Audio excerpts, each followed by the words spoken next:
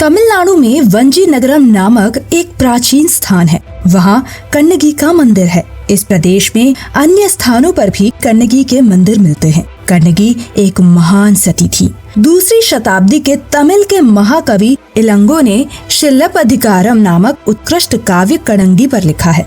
कड़ंगी के पति को एक सुनार के बहकावे में आकर मदुरा के राजा ने मृत्यु दंड दे दिया। कन्नगी को समाचार मिलते ही वह शोकमग्न हुई। क्रोध में वह राजा के पास पहुंची। कन्नगी बोली, राजन, वह नुपुर आपकी रानी का नहीं था, वह तो मेरा नुपुर है। रानी के नुपुर के अंदर मोती जड़े हुए हैं। राजा ने कहा, मेरे नुपुर के अंदर नव माणिक जुड़े हुए हैं। कन्नगी ने कहा। कन्नगी की बात सुनकर राजा चिंतित हुआ, भयभीत हुआ। उसने कहा, तो फिर नुपुरों की परीक्षा हो जाए। उस समय कन्नगी अपना क्रोध और दुख सह न सकी। उसने तपाक से वह नुपुर सिंहासन की सीढ़ियों पर वेग से पटका। नुपुर से भीतर जड़े हुए नवरत्न जमीन पर बिखर गए। उनमें से जड़ा हुआ रत्न का टुकड़ा राजा के मुंह पर तमाचे जैसा गिरा और उसने अपने पति को निरपराध सिद्ध किया।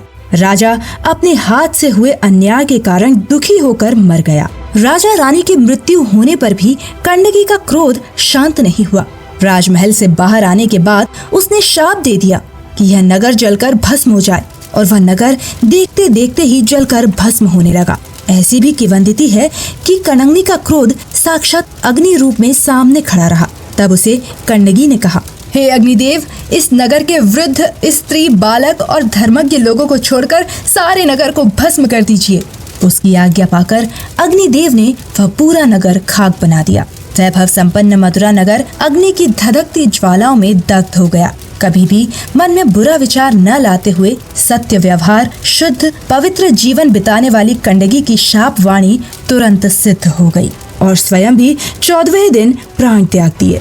इसी महासती की यह कथा है। पूरा जीवन परिचय सुनने के लिए डाउनलोड करें बुक्स इन वॉइस।